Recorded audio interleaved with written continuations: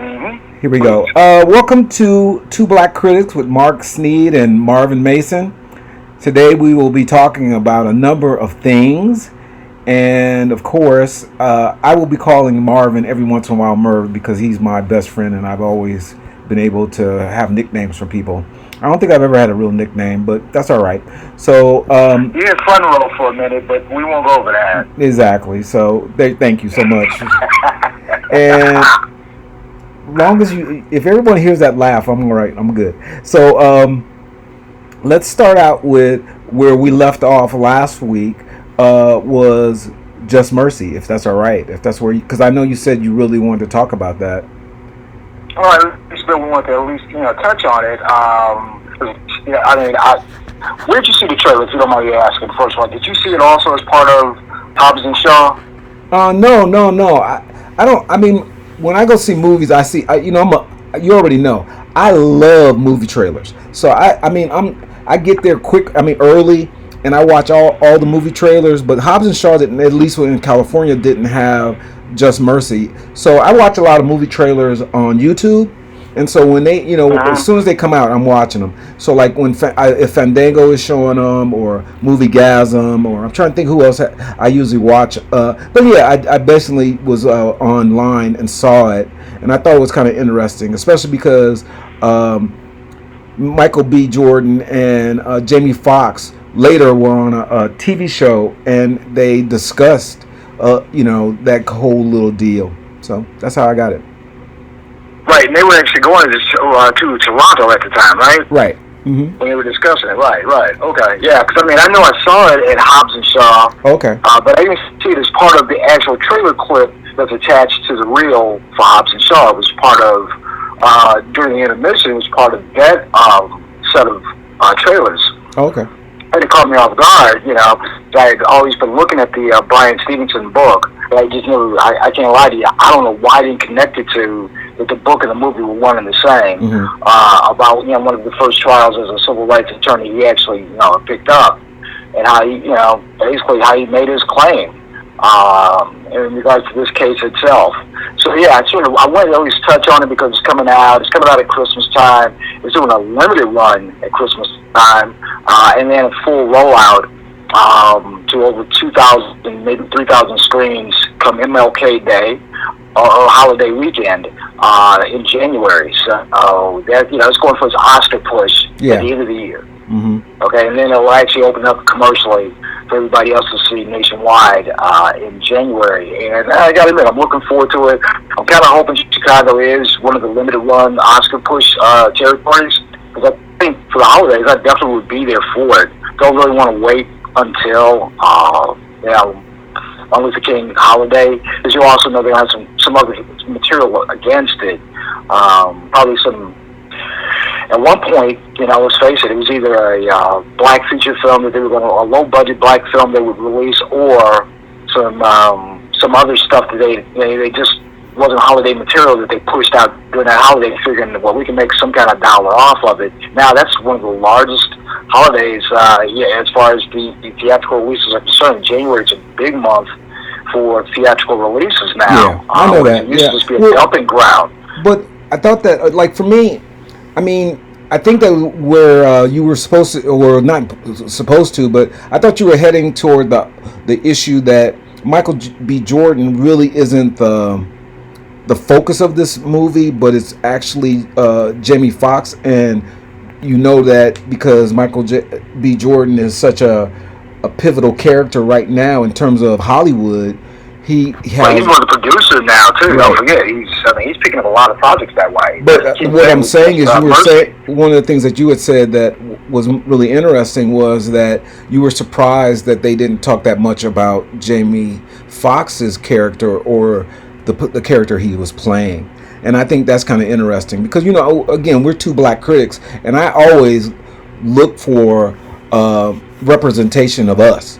And to me, I was kind of surprised, but I'm almost immediately at the same exact time understanding, because it's black. Most of the main characters are black, so it's all right by me. I get your point that obviously Michael B. Jordan's lawyer character is important, but he's more important because he's dealing with the racism that was aimed at Jamie Foxx's character. Does that make sense?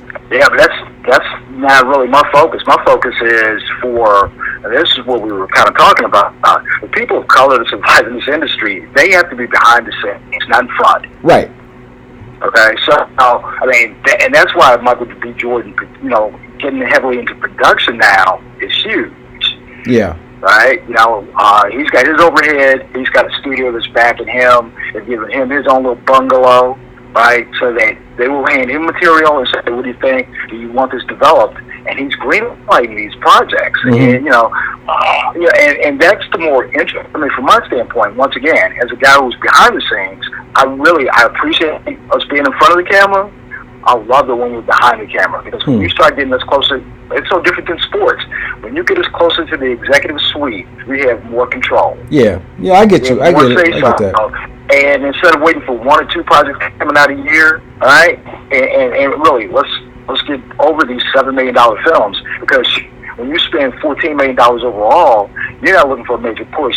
You're looking for something in the aftermath. And that's what I like about the fact that the budgets are starting to come together when you've got Michael B. Jordan, because of course everybody can say, okay, what's his follow-up after Black Panther? Mm-hmm, mm-hmm. And they're throwing money based off the success of that film. Right. They know they believe, but hey, this is the comic book world, so they believe he can't come back, but they also know he could.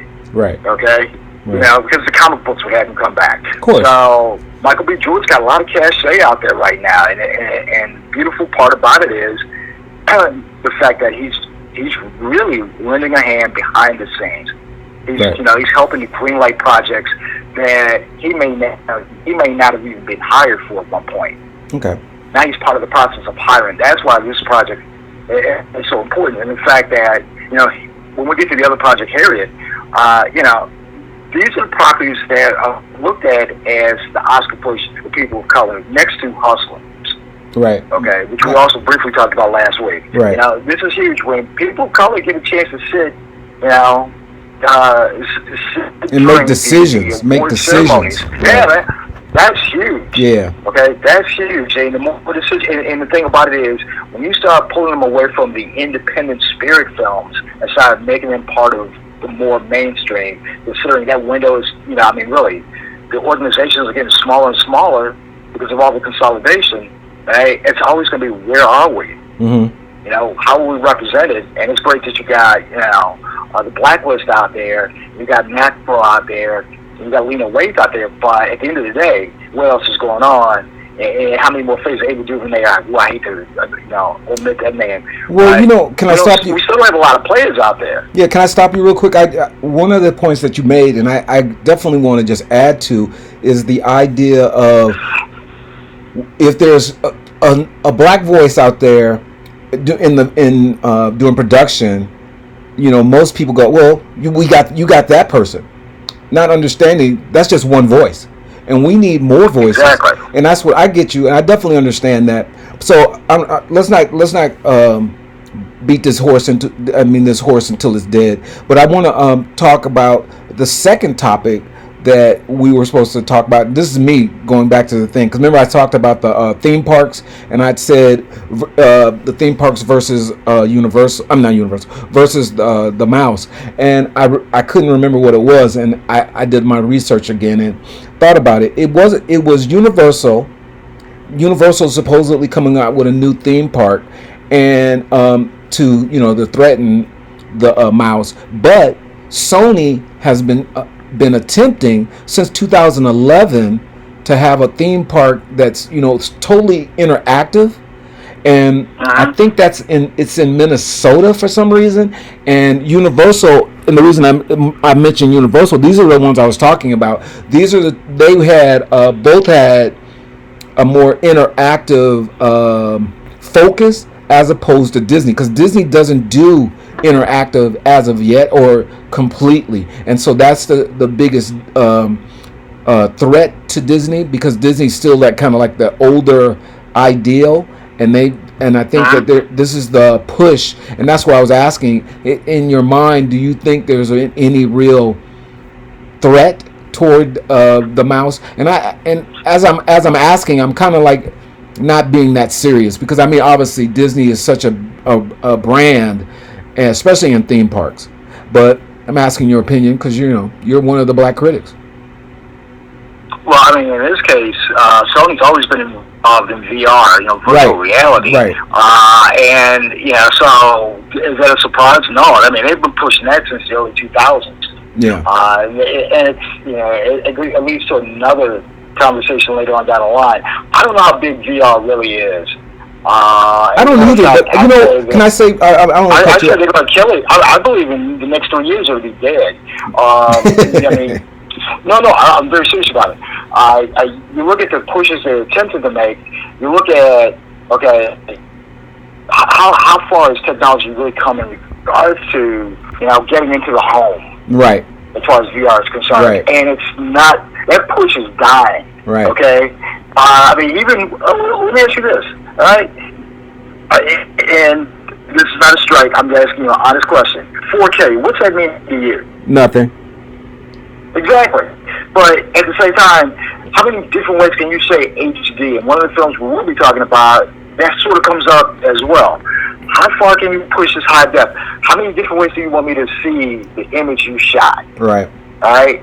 And at some point, you might as well just drop me into the project. Because technically, that's what VR is supposed to do. Right. And at the same time, it can't happen. Okay? Right. I get it. I definitely get it. It's one of the most bizarre. I mean, if you want to know how I feel about it, I don't feel anything. Okay. The fact that you tell me they're opening it up in Minnesota as opposed to in Culver City. Yeah. Okay. That says a lot, right? That says a lot to me. Yeah. Yeah. So that's what I think they think about it. That's what I think they think about it. Don't worry about what I think about it. Right? They've already buried it. Oh, we're going to test it here. We're going to test it where nobody cares. Like, like really? Yeah. It sounds like you're trying a chili sauce, or a new chicken sandwich. You're right. I mean, seriously, that's what it sounds like. So that's what I think about it. And if it eluded me last week, that is exactly why. Right? Because you just buried it, in the mosquito state. Come on, give me a break. Well, I mean, it makes sense. So, I mean, that's why I couldn't remember where the challenge was, and then I realized that's exactly what the challenge was. It was that interactive, trying to make a theme park interactive, and I was like, that's kind of, it seems really, stupid, because you go to the park to enjoy yourself, not to put on goggles and not enjoy the people around you. You're not, shouldn't you be screaming with everybody else?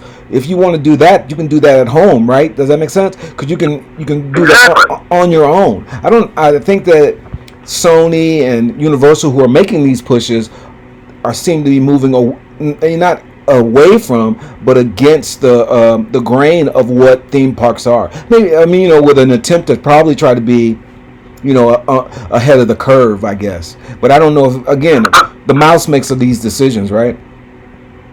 For the most part, yeah. But I mean, seriously, if I were to push VR, the first thing I do is find a sports partner, an NCAA partner. I wouldn't go for the big leagues yet, because they're going to want billions of dollars in their coffers. So I would go to NCAA where they just want hundreds of millions, okay, and push to see if I put the glasses on, do I just want to be part of the audience, or do I want to act like I'm on the field? Right. Okay. Right. And hey, let's talk about football, because I don't think it would work for basketball, and it sure would be boring as all get out for baseball. Right. But I mean, college football. If I was going to test VR, I'm testing on college football. Yeah. Well, I mean, again, it's not that big a deal. I got you. It's not that big a deal. Like I said, those are the two things that we had alluded to at the last episode, and we hadn't finished, and I just wanted to put a pin in it and finish those both. So here comes our fun topic, which will be James Cameron and Roger Deakins. So you want to give a little background and then let loose the lions? Well, it's interesting because realistically, I think even when the two articles were presented, they weren't presented in tandem. No, not at all. But I think that because they have the perspective is what I'm talking about. The perspective, right? And from my standpoint, Roger Deakins, a very acclaimed cinematographer, basically was making, taking a shot at Hollywood, taking a shot at his bosses in regards to the fact that the magic that he has actually been presented with, those opportunities are further and farther, they're disappearing. Okay, Right. no other way to say it. The opportunities are becoming less and less. Because and here's the thing about it. I understand why, and I think he even stated to a certain extent why, which is the studios are now starting to swing for the fences. Mm-hmm. I hate these sports references, but I'm always going to go to them. They need the hits, but back when I worked for Universal, we always went for the singles. Yeah. We always counted on Spielberg to give us a home run, and then we went for a lot of singles and doubles, mm-hmm. right? Because the rarity of that triple was always there. Yeah. And those triples for us were like Field of Dreams. Okay. Okay. I'll give it to, I want to say 1989, 1990. Those were our biggest years because we had mid-sized hits. We had films like Uncle Buck, right? They made only $60 million, but heck, they only cost $7 to make. Right. And we're not talking internationally, right? Because we didn't really have that audience. As a matter of fact, back then, right, our partnerships, we didn't roll out our own films. We had partnerships. We were tied in with MGM and Paramount. Okay. So it was UIP. Okay. So Sony itself didn't have its own rollout. Okay. It had partners. Disney had partners internationally. Okay. So all you wanted to do was make your money back domestically. Mm-hmm. And then you basically licensed out everything overseas. So the way you made films and the purpose behind why you made films was different as far as your bean counters were concerned.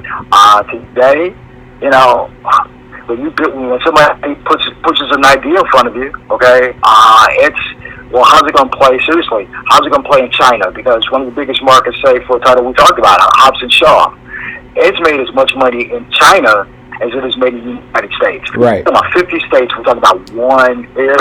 It's like, that doesn't even make sense. But now here's the thing about it. As much as everybody wants to beat their chest and say, well, this film's made almost $800 million, based off, certain markets, the takeaway, as far as what they'll make in China, is far significantly less than what they'll take away in the United States. But I mean, obviously, that's just population. But I think that the reality of these situations are, we talked about this briefly, but so if you remember, we kind of concluded with this, was that the whole idea of mid-range movies has kind of gone the way of dinosaurs. But I don't want to say dinosaurs. I just want to say it's just not a big interest right now. But I think that what I liked about Deacon's article was that the idea was the mid-range is where you find all the interesting things before blockbusters or in between the independents. Because as you said before, when you and I were growing up, we would go see movies and we didn't see a lot. I didn't see a lot of blockbusters, but I always I like the mid-range stuff. I love going to see the Bruce Lee movies when no one was watching them, right? But that wouldn't happen nowadays because it would have to be, I don't know, Crouching Tiger, Hidden Dragon or something for everyone to see a kung fu movie. But for me, I got to see Queen Boxer and my favorite movie, Chinese Connection, and all the Bruce Lee movies. And people, they were crowded theaters and fun theaters, and people it wasn't like a big deal. It wasn't like, these weren't blockbusters, but they were really good. Like you were saying last time, was that we got to see Asian film, and which was really kind of cool. And then you would get like the black artists, Jim Kelly and other black artists. I forget. I know you know who I'm talking about. And maybe Fred Williamson, but there's another black artist who made his not debut, but he made a lot of. Your primaries back then would be Fred Williamson, Jim Brown, Jim Kelly. Yeah. Pam Grier, of course, led the way for the women. Right. But they were smart. Tamara Dobson. Yeah, right. You had. Of course, the funny thing is, for its time, the biggest breakthrough you had weren't those four. It was Richard Pryor. Right. All right, who basically came from, and my fault, W.D. Williams. But Richard Pryor was really, I mean, he had actually a natural production deal with Columbia Pictures at the time, based off his success. The fact that, and let's face it, comedy it's hard to push overseas, because he wasn't really a physical comedian. He was a verbal comedian. Right? You had to listen to his jokes. You had to listen actually to his ad-libs, and figure out how those were going to play in the Philippines. Right. Okay, but, this was one of the first blacks to actually be handed a company. His own imprint, his own unit to actually work with. But see, I think that what I was trying to allude to was that's our problem right now. Presently, that's the problem. So that when I watch, when I watch a movie, almost immediately I'm like, okay, is there any reason for me to stay to watch this movie? If I don't see someone who's like me, or if I'm not liking the story, guess what? Those are two strikes already. The third strike is, how much is this movie? I'm not gonna go. So then those three things are the factors that kind of stop me from walking in and seeing movies. Now, it has to be a good story, and I know you wanted to talk about, and we will talk about in a moment, Ang Lee and Gemini Man, but I'm pointing out that again, I have to have representation for me, not you, but for me or anybody else. If I want to see a movie, I'm looking for someone who looks like me in that movie, and the story has to be good. Because we grew up with black exploitation movies, and I don't really dig them. I don't dig them that much. So if just because blacks are in it doesn't mean I gotta go, because I know that some black movies are crap because they are exploitation. They're just, they just put a black person in, and it has no bearing on the story. So I'm like, yeah, but at the same time, their purpose was, and it's funny because the studios that make those, you almost would sit there and go, okay, they're not looking to collect any awards. Right. Why are they putting this stuff out there? And it was the keep doors open more or less, but those films did keep doors open. And by the time at Universal, if you got Robert Downey Jr. to do a film, you weren't spending more than $30 million. That's a strike against him. That was a lot of money to spend on Robert Downey Jr. because insurance costs a lot to deal with him. Right? I mean, so many other particulars are involved, but you would have these mid-level films that would come out, and the film crept up to $60 million. I'll give you, Sensible Woman, okay? Which, Al Pacino's only, and I was shocked to realize this, his only Oscar. That is only Oscar nomination. Right? Most people tell you, he won for The Godfather. No, he didn't. No, he won for Circle. No, he didn't. Wow. The only film he ever won for, as many times as he's been nominated, he only won for Set of a Woman. Wow, I did not know that. I sold that film. And that film only made dude, we basically pushed that needle up. So we claimed they made $61 million. They made $57 million domestically. I get you. Okay? But at the same time, what did it cost to make? It cost $25 to $28 million to make, right? And the only reason we gave Martin Brest, who actually directed the film, he was hot and cold to us. He was coming off the Beverly Hills Cop, the first one, the success of that. But a film that was actually, how can I say this, a mid-level film for us. Midnight Run, crapped out at $38 million, even though, and I'll give you the two films it actually competed against, all opened up within a month apart, actually 3 weeks apart. So it went against Clint Eastwood's Deadpool, which was the final Dirty Harry film. Right. That film tanked out at $37 million. It's a darn shame when I know the box office numbers after all these years. It crapped out at $37 million. We crapped out at $38 on Midnight Run, and the one that won, it cost the least to make. What was that? Die Hard. It was the first seriously? Film. Wow. The first Die Hard cost less to make, cost less to market. As a matter of fact, Fox was not even sure it was going to happen. See, but can I say this to you? Because it's really, to me, that's what I'm talking about. That's a perfect movie in my mind, because it's a movie. Let me finish. It's a perfect movie because it's a great story. It's really simple in its plan. And there's, for me, I like Bruce Willis, but I also like the black policeman. What's his name from Family Matters? I want to say, oh man. But anyway, yeah, I'm drawing a blank on that. Yeah. Yeah, but you know what I'm talking about. But anyway, that those two together were really great, and then the payoff at the end is always good because they're it loops it around, brings it all. No matter all the action, it still brings them back together. That was great. So like absolutely, but I mean, but when you do so if you line up hypothetically, all right, because at that time I lived and breathed by this. So if you look at the reviews, the critics, everything else that came together in regards to that, the most positive word, was coming from Midnight Run. Really? Okay. Yeah, Midnight Run had to really because you didn't have a Rotten Tomatoes back at that time, but if you had a comparable to it, which was really Roger Ebert and Cisco and all the critics out there at the time, from press, we had the best reviews. Wow. We actually did.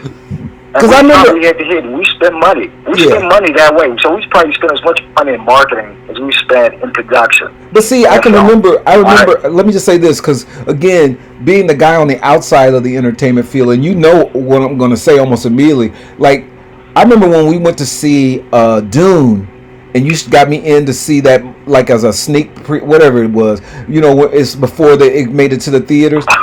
Critics are joke, man. They're not really being serious because they don't. They see like if you remember Roger walked out of the theater.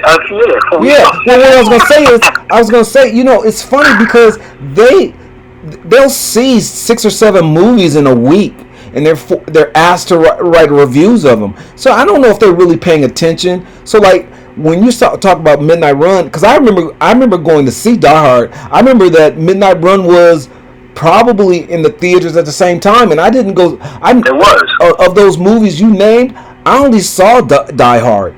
So I mean, and to me, word of mouth matters more than what a critic will say. Even though we are critics now, but our criticism isn't go see this movie because it's great. My criticism is of the industry. I'm critiquing the industry of where's the representation. That's what I'm more interested in. So I agree with you wholeheartedly. Yeah. So I mean, and back to I'm kind of all over on this one, but I think that what I'm saying, that's why I like Deakins so much, because his whole point, and I'm just kind of bringing us back around. Deakins' whole point is, we need those mid-range. I like a movie that isn't overly produced. Now, when you have James Cameron, who's into let's go back. No, don't go to James Cameron yet. Okay, hold on that thought for a second. Because really the point behind what Roger Deakins is saying, first of all, he's an established cinematographer. Okay, and he's got a lot of awards under his belt. Right? I mean, he's got a room full of awards there. Okay, he's got a lot of hardware. So Roger Deakins is going to get hired anytime somebody's thinking of something, right? And his thing is, those films, because of the way they've got to be built, are far and few between. Okay, so I mean, how many Star Wars come out a year? Really? We had this conversation. You lose me as soon as you say Star Wars. I don't know. I've only seen a Star Wars. No, I take it back. For the most part, they're releasing one every other year. I don't know. So the thing about it is, all these people are going to school or picking up a camera to become the next big cinematographer, right? Their opportunities are the things that are dying off, because the way they got employed and the way they got their union cards, right, was all these other smaller projects that the studios were basically financing. Because one, you had your prestige film, and then you had your popcorn film, and then you had your big blockbuster. The popcorn film and the big blockbuster were not the same film in most cases, but now they are. Yeah. Okay, and you definitely, and in some cases, even your prestige film. I mean, think about it. Black Panther was probably the most nominated film for Disney last year, really over one of the animated pieces. Yeah. All right? That doesn't happen. Right? So what Roger Deakins is pointing out is the opportunities for up-and-coming cinematographers to even get work, unless you automatically go to television nowadays, and hope that, because, hoping Netflix, Amazon, and even now Disney, and BET and whoever else, Yeah, maybe for the streaming purposes, we'll hire these people, but for theatrical purposes, those jobs are not coming anymore. Oh, those jobs are gone. Mm-hmm. And the key person, and this is why, this is where the James Cameron part comes in, because one of the key people who accidentally, and I'm going to say it like this, accidentally killed those jobs was James Cameron, because studios never went to take a chance on $200 million for a movie about a love story about a boat sinking. Right. Okay? But he made it palpable. Okay? So, I mean, let's face it, 20th Century Fox gave him Titanic, Paramount helped co-finance it, but they were praying upon hope. He was going back to True Lies Part 2. Yeah. I mean, really, if you actually go back to the trades, you'd be amazed how often they attached Arnold Schwarzenegger either to a Terminator film or the True Lies Part 2. Okay. You're just waiting for James Cameron to say, I got the script ready. And James Cameron, being the visionary that he actually was, started killing as many jobs as he opened up in New Zealand. He killed off a lot of jobs here. Yeah. Okay, he really did. Because of being a visionary. And think about this: Terminator 2, for all the special effects it even won awards for. Can you think of the low-budget, mid-range film that was actually created for Terminator 2 to even be built? And that was The Abyss. Because that was actually, just read, like once again, go back to old trades, read Ed Harris's comments. As a matter of fact, think of Ed Harris's career. Even being in Westworld, who's the guy who's involved in the least amount of technology scenes? Ed Harris. Yeah. This cat hates technology, right? Because he knows what it does for the industry. He also understands the beats that it is now and the importance of it. Right? Ed Harris could do an independent film like Pollock over, the Knicks or The Abyss Part 8. He'd go to Pollock every time. Right. Okay. Well, so he's an artist. So and that's the whole thing. Yeah, go ahead. So, do you think that this is going to, this whole pattern, excuse me, of independent and blockbusters being the only things that we see in theaters is going to last? Because even though it is going on right now, I don't think it's sustainable, because people get bored. That's why streaming systems or services have become so popular, because there's other things out there. And I think that unfortunately we're not. If you go, like, if the theater companies, because remember you were saying this as well, that theaters used to show all that stuff that we're seeing on streaming, but that's gone now. And so my question is, do you think that this pattern of the theaters only showing the blockbusters or independents is going to continue, or do you think there's going to be a renaissance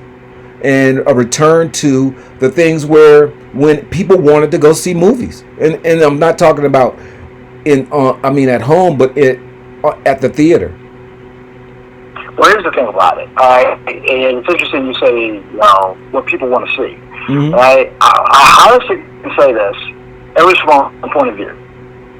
People want to see what you make, okay? So if you decided, seriously, if you can figure out, let's look at some of the superstars that have been built and projects that really built them, okay? Let's really look at George Clooney. When did he become a superstar? When he was on TV. He's practically a billionaire now, right? Mm-hmm. But was he ever really a superstar? He had a couple of projects that made over $100 million, and those were primarily Ocean's films, right? Mm-hmm. Yes. He was now, he's always made these these smaller features, okay, that he seemed to find an audience with, especially when he did work with the Coen brothers. Mm-hmm. Okay, so these smaller projects that the Coen brothers themselves can't even get financed unless Netflix is financing them. All right, the bigger problem, I think, for the exhibitor is that now they're also dependent on the big films, and the only way I think they can actually combat it is to get into the feature filmmaking themselves. I think that's the only way you're going to see it, because they too need those dollars. See, the biggest problem with the big blockbusters is there's a churn and burn. It's so different in the record industry. So the big, huge Taylor Swift record comes out, and it falls off right away, but everybody clears space because they want to compete against Taylor Swift. Right. So she sells, a million copies the first week, or even within the first 3 days, and the following week she falls by 70%. And then everybody thinks, well, Knock and Attack, but even their sales don't even amount to 100,000 copies. You know, it's sort of weird because you've cannibalized everything there. I can't speak for the book industry, but I can definitely say for the record in the film industry, that's what's happening. So you get the look at the opening for It 2, It Chapter 2. Yeah. Okay. One, it did not hit what they thought it would hit. Right. Okay. The predictions were over 100 for Chapter 2. Okay. So it I don't want to say tanks out, but it hits 92. Right. 92 million. Right. The second week, all right, you know, people basically doing their counting, they're being counting. It fell from 92 to $40 million. Right. Right outside $40 million. That's a huge drop in the second week, especially for a film that was, you know, the second week of part one was in the 60s. Right. Well, but see, I think that you always got that sophomore jinx. You know, the sequels are always hard. That's not sophomore jinx. That is basically the audience saturation is hit. Right. And don't forget, the funniest part about the success that Warner Brothers had, you know, with this period is the following weekend after Labor Day is one of the worst weekends. It really isn't. That's why it was so huge. And not so much the fact that it was huge in how much money it made, but in the fact we don't talk about domestic. Like, when I talk about international, because France is not celebrating on Labor Day. Okay, but in the United States, you still have all this movement happening. Right. Okay, so you've got people going back to school, people going back to work. Summer vacation is officially over. And that first weekend, Labor Day weekend, is supposed to be the last major weekend, which is when the studios really did dump certain product. And the following week, they just let all the dust settle. And then the third weekend of September is when they would start to roll out everything. Never the first or second weekend. Actually, technically, the second weekend of September. They would never release a project that big. Never. So I get your point, but so then the idea here is then that, as you're saying, the theaters have to, I don't know, I kind of get it, but it's sort of like fast. No, in regards to what Roger Deakins is looking for, the only way that's going to happen, okay, so we were talking offline about STK and, STX, which is Robert Simmons' production company, or actual theatrical company, they made Hustlers. And the other attempts of other film producers, successful film producers who've attempted to do their own startups, okay, because they were going to be the mid-managers. Yeah. They had to go for outside financing. So you've got, I'm trying to remember, because, seriously, STX has about 7 to 10 financial backers. No, okay. I get it. It reminds me of, before you continue, Merv, it reminds me of like the 60s when Sidney Poitier and his crew had created their own production company. I get it. Yeah, but look who the crew was. Look who the crew was, because, and the thing they were emulating, which was United Artists. Right. That's why they called themselves First Artists. You had Paul Newman, Barbra Streisand, Steve McQueen, and Dustin Hoffman. Right. Those were his partners. Right. But I'm saying, I get the point. But I'm asking, my question was, do you think that's going to, obviously, is that going to be the need? Like you're saying, yeah. So then, I guess, I'm not surprised by it. It's just, I'm kind of saddened by it, that's where we are, because the industry seems to be so tone deaf to the audience, to the people who still want to go see movies. And I think that they have pushed this whole idea of, millennials don't want to go sit in movie theaters. And I don't think that's true. And I think that we still have people who want to go see movies. But we're going to see them now through streaming, because that's where all the money is, to make movies, which is kind of surprising. And that's a different animal, because I think that the foundation of up-and-coming filmmakers is going to be further and further away, as far as, I want to say far and few between again, but I'm not going to. I think that there's going to be an evaporation as far as the amount of filmmakers you actually see introduced into the market. Although you can still wind up with a lot of television filmmakers, or a lot of television directors, contributing here and probably spinning off to specific projects, it's just the playing field has changed dramatically because the industry itself, like I said, it keeps shrinking. Yeah. Right? And the exhibitors themselves need to start pushing back, but why would they? And they're not going to collude and sit behind closed doors and say, hey, look, we're going to come with a studio system. Sure. We're going to build our own studio, which at one time was not unheard of. I mean, the MCA, okay, actually not only owned theaters, right, but they owned a studio. Yeah. They ran theaters at one time. It wasn't uncommon back then, right, for Paramount and all of them to actually have access to the theaters that they were creating movies for. Okay, I get that. Right? I don't know what attorney closed that window, but or said that it doesn't make sense.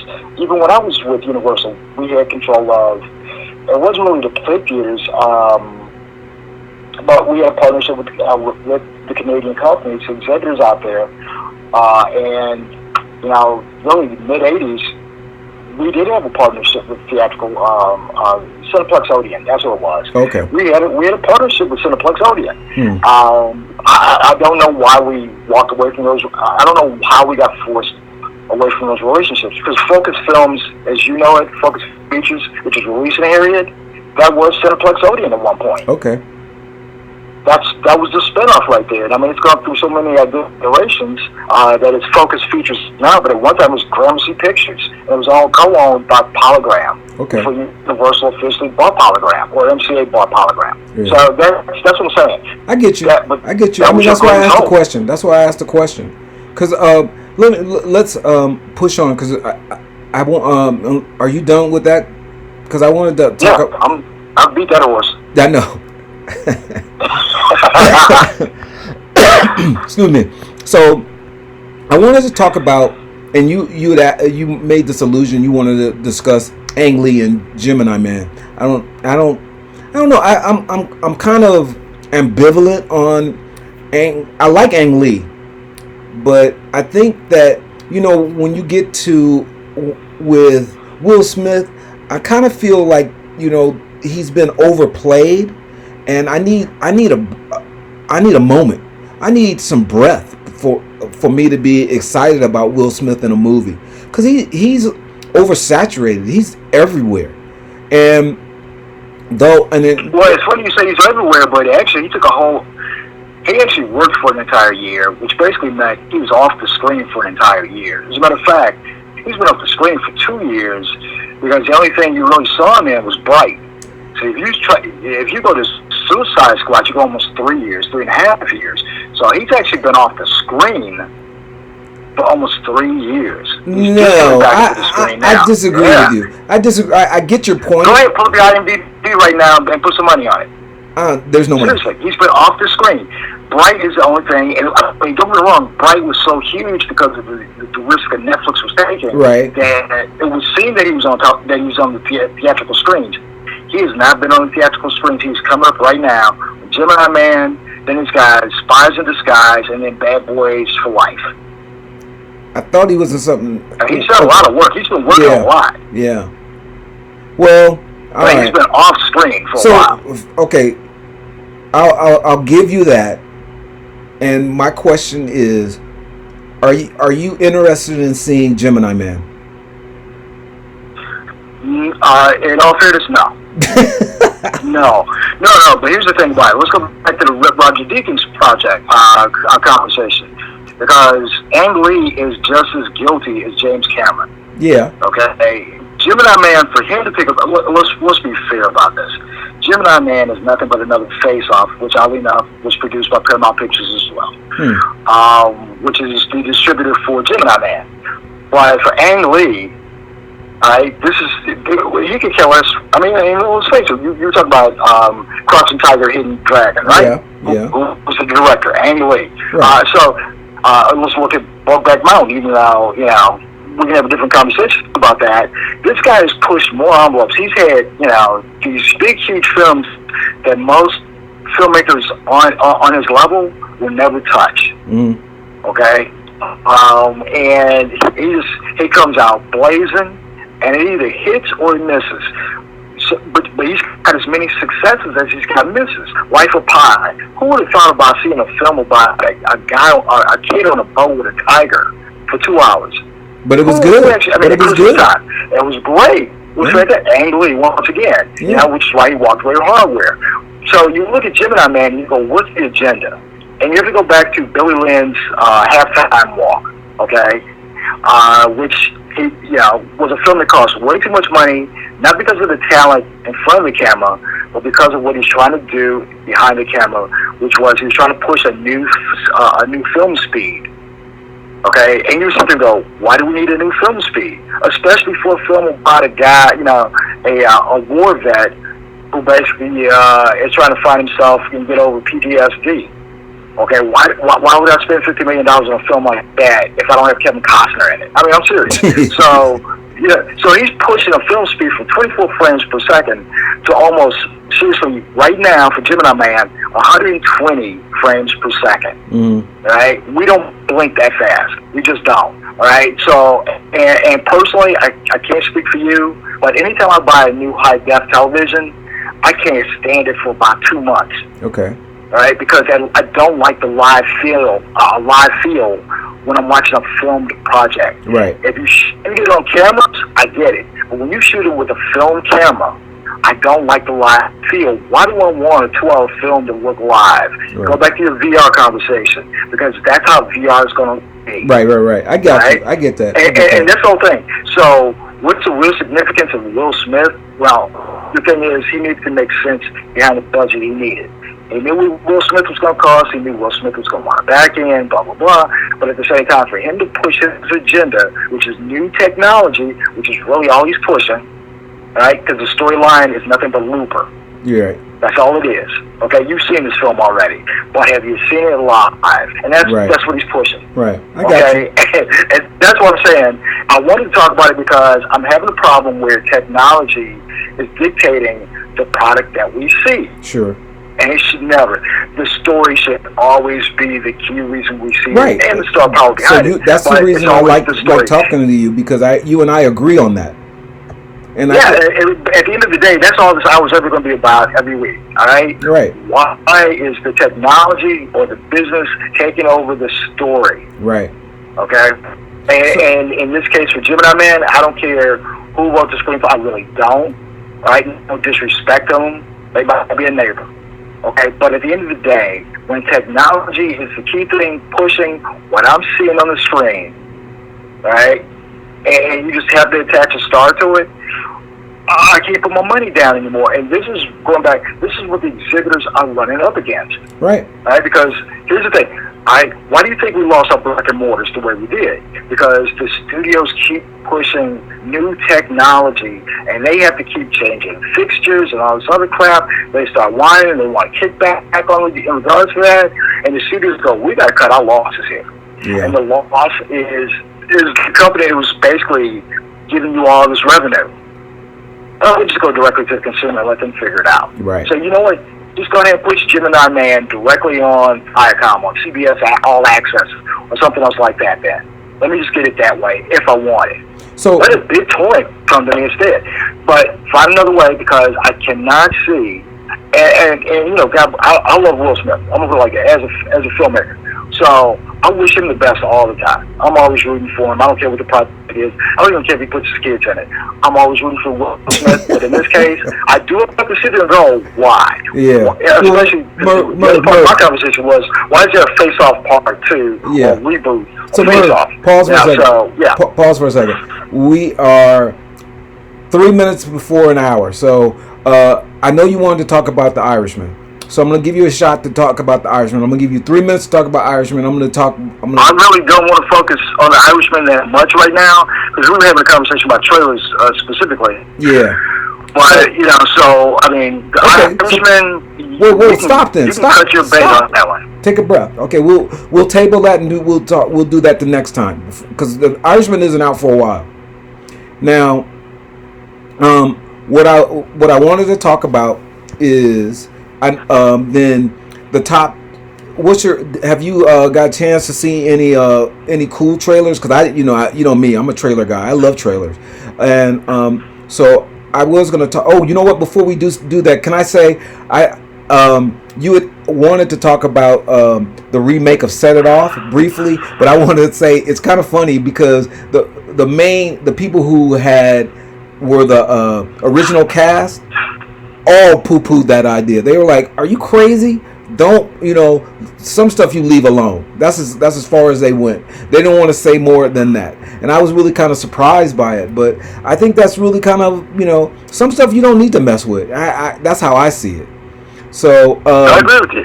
Yeah. I mean, that's why we brought it up. Yeah. Right. I mean, and at the same time, not so much a slap in the face to Issa Rae, but you still kind of have to raise your eyebrow. You know. And it's the question. Hey, you know what? If she's pushing herself as a writer in that direction, God bless her. If she can get that thing greenlit, God bless her. Yeah. Okay, but it's like, really, why Set It Off? Why not something original? Right. That was a question you had before. Right. Why not an original project? Right. That's all. That's all. I'm not okay. That's it. So really quickly, I'm gonna run down my list of my favorite trailers I've seen this week. Go ahead, please.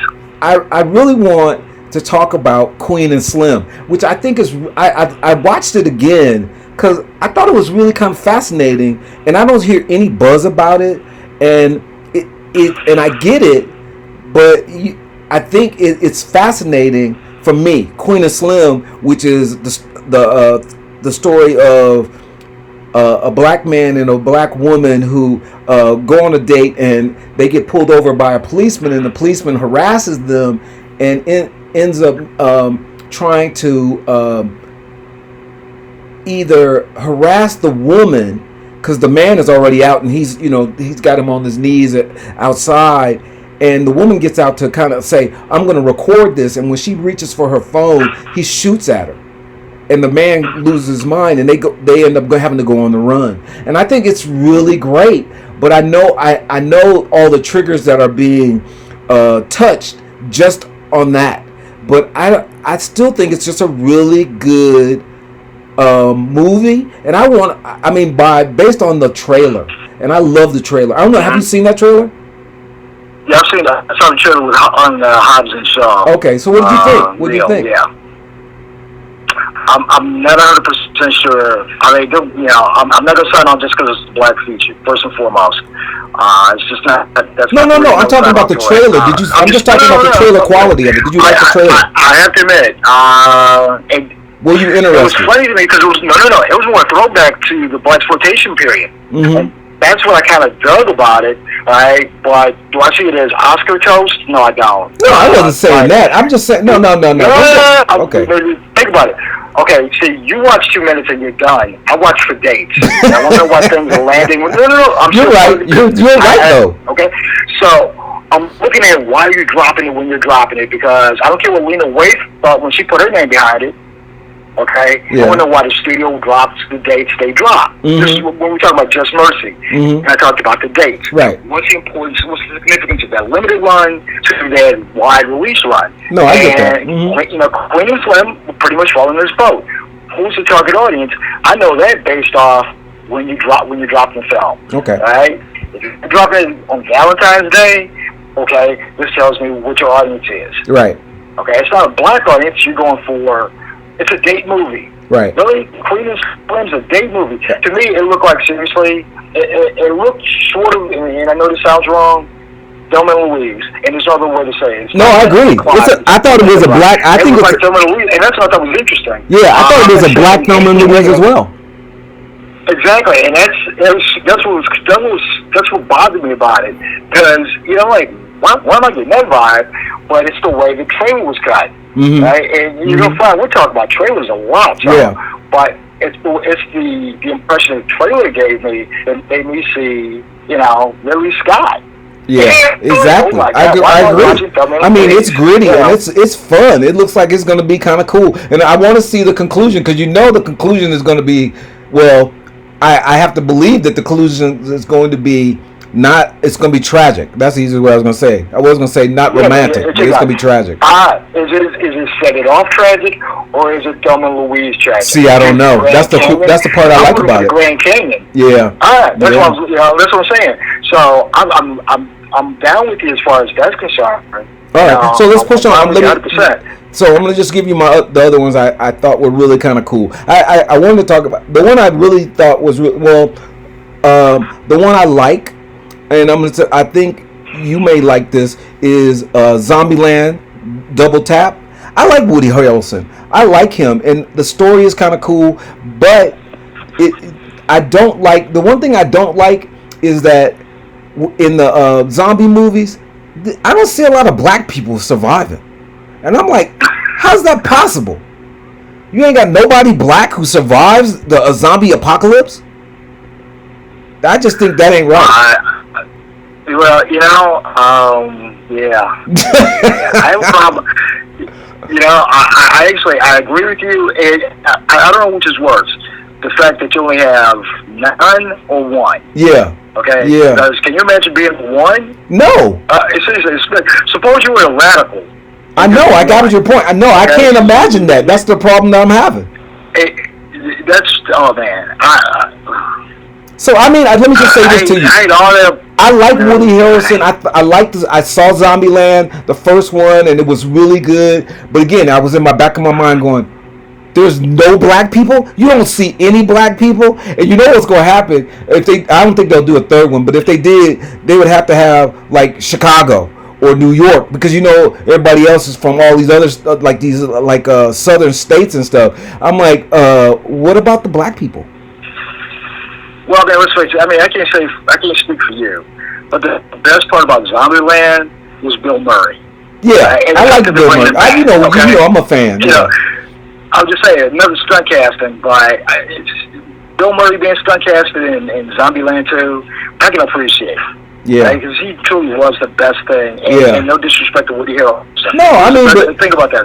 But you gotta like Woody Harrelson though, because of his full-on kind of like buy-in. He just kind of buys into just being ridiculous, and that's all right. Yeah. All right, so I'm gonna push on. The other one, let's do 4 because we're watching our time. Okay. I just recently saw the trailer for Miss Virginia. I don't know if you've seen that. It's the one with the woman from Orange is the New Black, and she takes on private schools in Washington, D.C. Do you know what I'm talking about, or have you not seen it? No, I haven't seen the trailer yet. Okay, well, don't worry. I'll drop it. It's interesting. If you get a chance, check it out, and maybe we can talk about something later about it. It's interesting because I've only seen one episode of Orange is the New Black, and I thought it was okay, but I forget the prisoner who I'm talking about, because again I only saw it once, but Miss Virginia is kind of good, and I will tell, maybe I know you have to have seen this one because this is something that seems right down your alley, is The Lighthouse with William Dafoe and Robert Pattinson. And an octopus. No, you know what? I'm not a Rob Pat film. I'm not going to see the new Batman. Okay. I'm striking out. So let me just tell you, sorry, bud. That's all right. All right. What about the Apple Plus movie? Please, God. Who?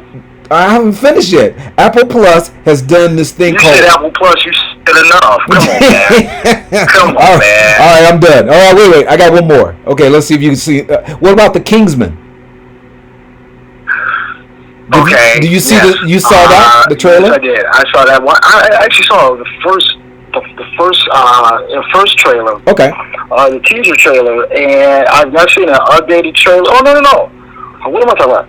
Hobbs and Shaw again. Yeah. So pause for a second though before you continue. Wow. You know what I thought was really funny since you saw this? The thing that I thought was really funny was, and tell me you didn't get the same feeling. It was like Wonder Woman. That first trailer, I was like, is this Wonder Woman? Because he was wearing his kilt, and like how Wonder Woman had her little whatever it is, and she was in a, he was walking. I wasn't even Wonder Woman though. Wow. Okay. Okay, and I'm trying to explain. And he was walking through a war field, and the bombs and stuff were going all around him. And remember Wonder Woman? They were shooting at her, and she was crossing the war field. Same thing. Mm-hmm. Yeah. So I was really pretty much Kingsman anyway. Say again? That was pretty much Kingsman anyway, the first one and the second one. Yeah, you mean like Wonder Woman? No, I mean, let's face it, because Kingsman actually preceded Wonder Woman. I know that, but I'm trying to say that No, iconic Matthew Vaughn did the same stunts. But I'm saying that was an iconic moment. Both of them. Okay. I'm never arguing with you, but it didn't stand out as Wonder Woman to me. It just, okay. Well, maybe revisit it and see what I'm talking about. But those are my hits, not hits, but those are the ones I look forward to. Because again, I love previews. If you see me at the movie theater, I'm there before the movie starts because I'm waiting for the previews, and then I want to see the previews. I know people hate them because I don't know why, but I don't like the commercials that they have now infused into the previews, but I do like previews, and I'm really just excited about that. So those are my movies. Thanks, Marvin, for another great episode of Two Black Critics. Don't cut off. No, don't do that. Don't do that. Not yet. Go back to something. What? Would you actually allow a Coke commercial now if your exhibitor was making feature films at a lower budget? They do that already. No, they don't. They don't make feature films. No, not a feature film, but they do the Coke commercials. Remember, because they always. No, they don't. Coke makes those commercials. What I'm saying. Oh, I thought that was. I got you. And more commercials. It's advertising. You came from that world. Would you endeavor in those commercials if you knew they were actually financing what Roger Deakins was looking for? I'm trying to think about what the question is. So wait, let me think about this for a second, because you just tossed that at me. If Coke made a movie, you're saying? I didn't say Coke. I said if Landmark, because Mark Cuban actually does have a theatrical side. Okay. But if he used HD, he just sold off HDNet. But actually, the film division that he has, if it actually started to show more commercials, based off the fact that those commercials, the money they were getting from those sponsors, was helping to put, Robert Pattinson in a new feature film that only cost $25 million to make, would you allow him to do it? Because now he's doing those mid-budget films, even though mid-budget might be 25 to 50 now. But Roger Deakins and more filmmakers, more cinematographers now get a shot, more new filmmakers get a shot. Would you actually sit there and go, I'm good with this now because I know the practice that's behind it. I know the purpose behind it and why they're doing it, as opposed to, they're just trying to offset some cash that they're not getting from the studios anymore. So my answer almost immediately is no. And the reason I say no is because I like the idea of, if you want to take my money because it's a movie, then do it. If you want to make, if it's a commercial, and that's what I'm hearing, then I'm like, then why don't you just do it as a commercial? Does that make sense? Because so you're saying that Die Hard, an original version of Die Hard could be made for $30 million. Mm-hmm. You say no, all right, because you're going to show me more Coke commercials before you show me the actual feature film. Right. Because I don't like commercials. I mean, obviously trailers show late anyway, so they don't even see the trailers. I know, Merv. Let me finish my thoughts. So why would they even know? Oh my God. Are you going to let me finish? So these are my thoughts. So I think I get the point. So would I be required to watch 5 minutes of commercials by that company to watch a movie? That's what you're really asking me, right? I'm not even required. I have a DVR. I'm not even required to do it now. Oh Lord! All right, can you just answer my point? No. What I'm saying is, when they get the revenue, why do you care? All right? Because that's 5 extra minutes, for example, that I'm still waiting to see a movie, and it's not previews. So think about it. No, think about it. What do you care? All right. Oh, okay. Think about this. In the day of the VCR. Okay. VHS tape. When they started putting all the commercials at the beginning, what do people do? Fast forwarded past them. Exactly. But at the same time, Pepsi and all of them knew they spent money. Yeah. They were probably only going to get 1 to 2 viewers. Bottom line, they were going to get 15% viewership. for the millions it takes to win in the marketplace, because usually it was for the big sell-through pieces. Okay, so what's the difference in that process as opposed to you just basically standing in a line to get a Coke, as opposed to sitting your butt down in a seat because you want to get your seat early? But nowadays you're paying for that seat anyway, so if somebody takes it, you just go, "Hey buddy, I got a ticket, get up." Yeah. I mean, seriously. No, so I got you. You don't have to worry about that. So just show up late, and as soon as the logo comes on for your studio, bam, you're in your seat, you're ready to go. I mean, in my mind, I get your point. It's just it's a different idea, because there's always the previews. I want to watch the previews. So, and I'm not. But the thing about it is, whether they be interstitials or whatever, the commercials are mostly going to come first anyway. Yeah. And the trailers, and the only reason here, the only reason for this is the trailers are actually part of the negotiation for the first reel. The commercials never are. I got you. The commercials go directly to the exhibitor.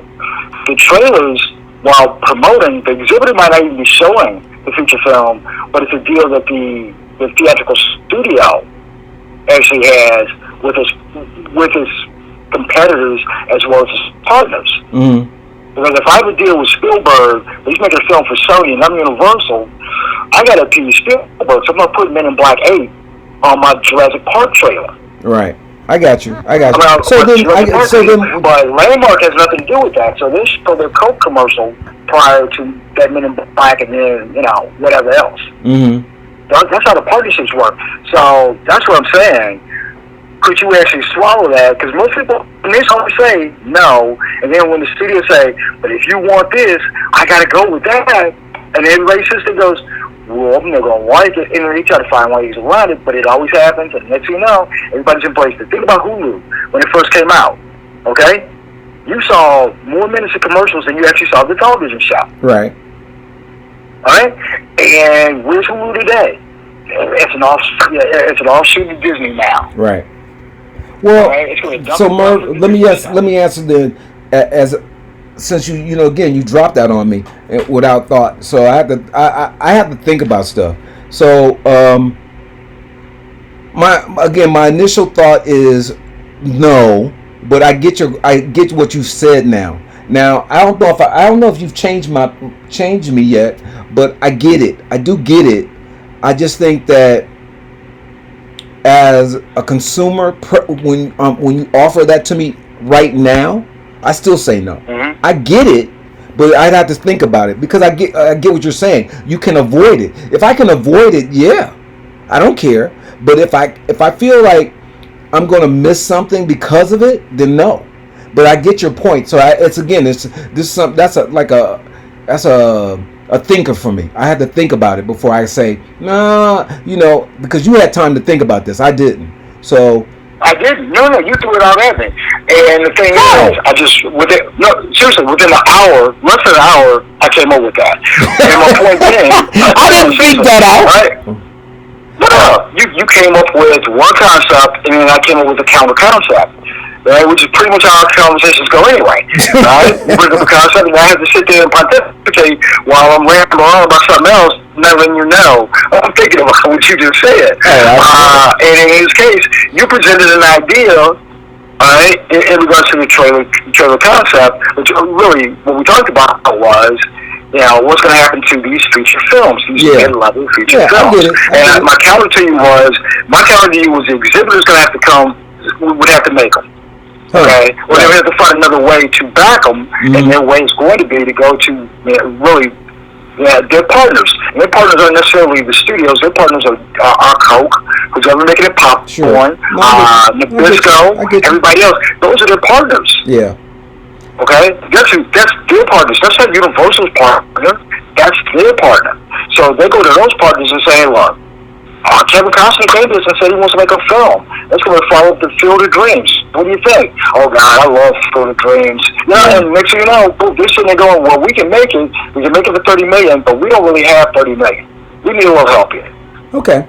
And then it becomes like a buying film where they get on sponsorship, I kind of get it, but of course, I'm gonna hold my cards and say, either I'm all in or I'm folding. I don't know. So right now I'm folding because I'm not sure. We're good. Okay. Good. Well, I'll be out there. All right. So, are we done now? Can I stop now? Yeah, actually, yeah. I'll get to the next one. You're ridiculous. I like how you hesitated on that. Next one. We're good. No. You hesitated. Oh, yeah. All right. So wait. Again, I'm gonna say this. Oh my God. Thank you for listening to Two Black Critics. I want to thank Marvin, of course, for his opinions and ideas and thoughts. And again, I have my ideas and you have yours, and I appreciate that. And I appreciate that you have different thoughts, and that's what makes us work together, because we don't have to be simpatico and agreeing on everything. So I appreciate that, and thanks again for listening, and I look forward to one more again with you. So until next time. Again, yes. Until next time. Later, people. Love you. Thank you very much, Mr. Sneed. It's always a pleasure, man. You know that. All right, brother. Hey, I'm gonna stop this, and then we got one more thing to do. Give me a sec. Oh my God! You know I'm horrible at this technology. All right, I'm gonna try it again. I think you hit